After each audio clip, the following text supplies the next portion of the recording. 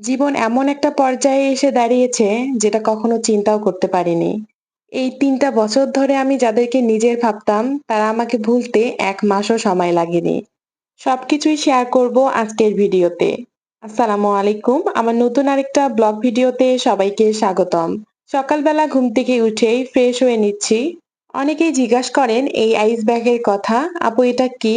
এটা হচ্ছে ice bag. আমি সকালে রেগুলার আইস হচ্ছে মুখে দেই। এরপর আমার নিত্যদিনের সকালের রুটিনটা শুরু হয়ে যায় ১ কাপ চিয়া সিড দিয়েই। সকালের সময়টা এত ব্যস্তময় কাটে রান্নাবান্না সবকিছু গোছানো নিয়ে যে ক্লিপটা আপনাদের সাথে শেয়ার করব তার সময় সুযোগ খুব কমই হয়ে ওঠে। যাই হোক আজকে সকালে নাস্তা সেরে নিয়ে কিছুক্ষণ রেস্ট করে চলে আসছি দুপুরে রান্না করতে। আজকে রান্না করব মুরগির মাংস।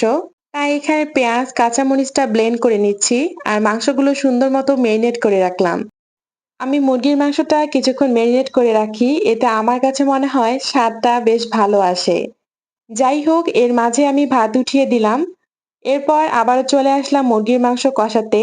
আমি মুরগির মাংসের ফুল রেসিপিটা অলরেডি আপনাদের সাথে শেয়ার করে দিয়েছি। একদম ইজি ওয়েতে পারফেক্ট একটা মুরগির মাংস কিভাবে রান্না করবেন তার ভিডিও অলরেডি আমার চ্যানেলে এবং পেজে দেয়া আছে, একটু চেক করে নেবেন।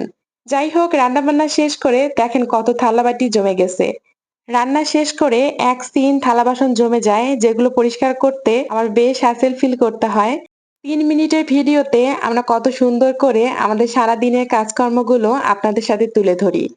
সত্যি বলতে এই ৩ মিনিটেই যদি সব কাজগুলো হয়ে যেত তাহলে মনে হয় আমাদের মতো গৃহিণীদের অনেক ভালো হতো। যাই হোক যেটা সম্ভব না সেটা বলে তো আর লাভ নেই। যাই হোক সুন্দর মতো থালাবাটিগুলো সবকিছু ধুয়ে নিয়ে কিচেনটা পরিষ্কার করে এরপর চলে গিয়েছি গোসলে। গোসল শেষ করে নামাজ পড়ে খাওয়া-দাওয়া করে নিলাম। এরপর আমার এক ফ্রেন্ড সহ আজকে একটু বাহিরে বের হয়েছি। কলেজেও কিছু কাজ ছিল, সেই কাজগুলো শেষ করে দুজনেই চলে আসছি বেস্ট বাইয়ে।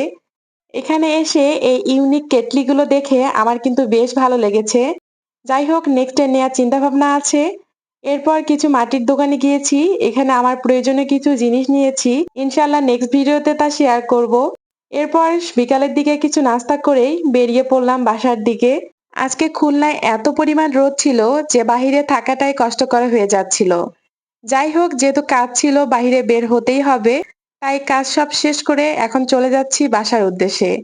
আমার বাসা যাওয়ার পথে এই রাস্তাটা কিন্তু আমার ভীষণ প্রিয়। যাই হোক বাসায় এসে ফ্রেশ হয়ে নামাজ পড়ে ১ কাপ কড়া কফি নিয়ে নিচ্ছি। কারণ বাহিরে বেশ খানিকটা সময় থাকা হয়েছে, যার কারণে একটা কড়া কফি নিলে অন্তত মাথা ব্যথাটা কমবে।